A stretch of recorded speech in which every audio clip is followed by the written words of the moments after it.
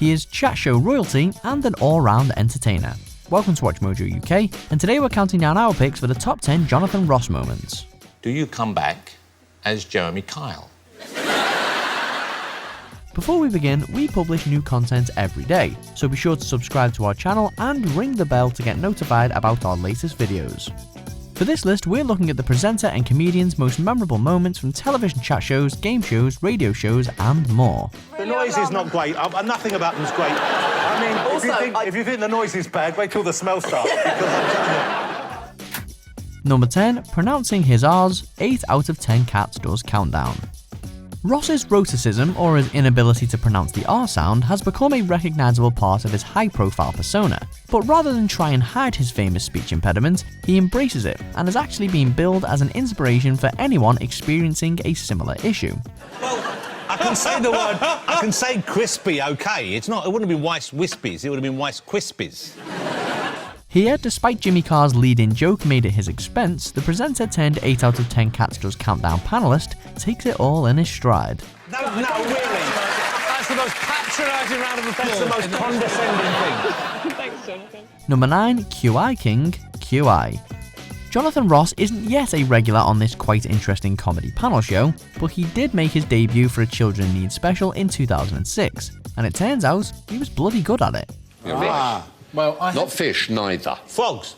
Yes.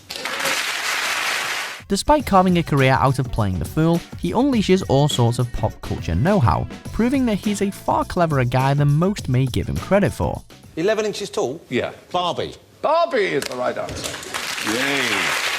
His well-informed ramblings about the origins of Wonder Woman certainly wowed Stephen Fry, Alan Davies, and everyone else watching at home, anyway. Who wrote under the pen name of Charles Moulton, who is in a polygamous and indeed polyamorous relationship with the woman who co-created Wonder Woman and another leser on the side.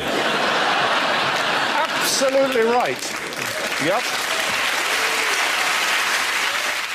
Number 8, interviewing Pete Doherty, Friday Night with Jonathan Ross.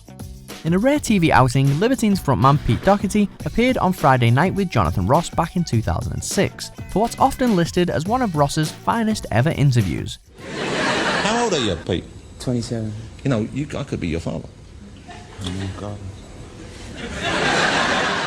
Doherty and Ross talked sex, drugs, and rock and roll, with Ross even managing to make Doherty open up about his then relationship with the supermodel Kate Moss.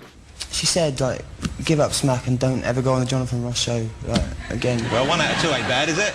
Concluding with Pete presenting the host with a drawing of himself, the entire chat seemed to unearth a different and, until then unseen, side of the controversial frontman. But you know, let's be a bit serious about this. You are genuinely trying to get away from that addiction. Yeah, absolutely. Well, I wish you well in that, because that's it must be just the hardest thing on earth. Number 7, the Wibbly Wobbly board, Celebrity Juice. Keith Lemon and co are always up for some off-the-wall hilarity, so when Ross rocked up on Celebrity Juice in 2018, they really shook things up. I don't like it very much. Are you ready? On his back, on a vibrating board, on the nose of his own enlarged face, Ross must try to describe a series of words for his team, and he gives it an admirable effort. When you can't get it up anymore. When you can't get floppy. No. He's not the only one to try it out either, with Lucy Fallon following suit, all while Ross retains a boiled egg in his mouth, as you do. The other thing. Vibrator. A vibrator. Oh. I think Jonathan got that one. Number 6, interviewing Ross Noble, Friday Night with Jonathan Ross.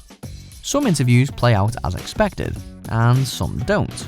When Jonathan Ross met Ross Noble in 2010, he was in the midst of his final series with the BBC before making the switch to ITV the following year. But his chat with Noble proved more hands-on than most, with the pair wrestling each other all over the set at one stage. With the likes of Gary Lineker and Tiny Temper watching on from the green room, it all got quite out of hand.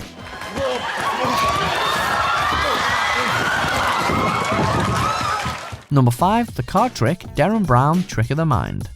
As Britain's premier primetime illusionist, Derren Brown has hoaxed, hoodwinked, and generally amazed plenty of celebs in his time. Here it's the turn of Ross and his wife Jane Goldman. Please bear in mind, at no point during this am I going to touch those cards. All right, those will now remain in your hands throughout all of this. The pair partake in a modest setup with just 3 people, 1 table and 2 decks of cards. But Brown hikes up the tension by telling a couple of stories, both with a running theme of coincidence. The third tale of coincidence, I'm not going to tell you. But I'm hoping that you'll be telling everybody this story tomorrow. Of course, the whole performance is gearing up to a big reveal at the end, leaving Jonathan and Jane lost for words. Big moment. Come on. No. Through love, you and me. Number 4, Pugs at the party, the big fat quiz of everything. Jonathan's a regular on the big fat quiz, and he usually provokes his fair share of chaos.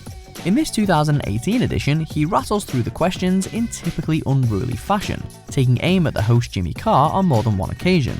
And then we put he could hypnotise people. Read minds, hypnotise, sort of the same answer? It's not remotely the same thing. But the standout moment comes when he heads backstage only to re-emerge with both his pugs as surprise guests. You know, all my kids You have left brought home. dogs. Well, my wife's working, and I can't leave these 2 alone at home because last time I left them at home, Pickle did a shit on the dining room table, so I've got to bring them in here. For a giddy few minutes, the dogs steal all the attention away from the comics themselves, with Miranda Hart getting into particular trouble. Miranda, Jonathan, one of your dogs has kidnapped Miranda Hart!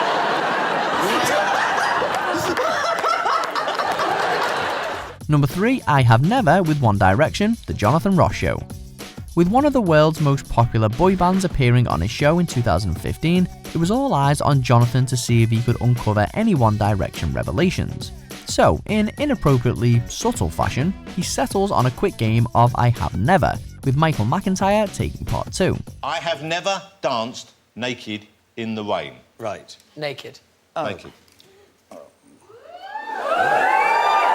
Ross ups the ante with every passing question, with nakedness seeming a recurring theme, until he reaches an even riskier line of interrogation. Remember, guys, honesty is the key here, all right? I have never smoked a joint.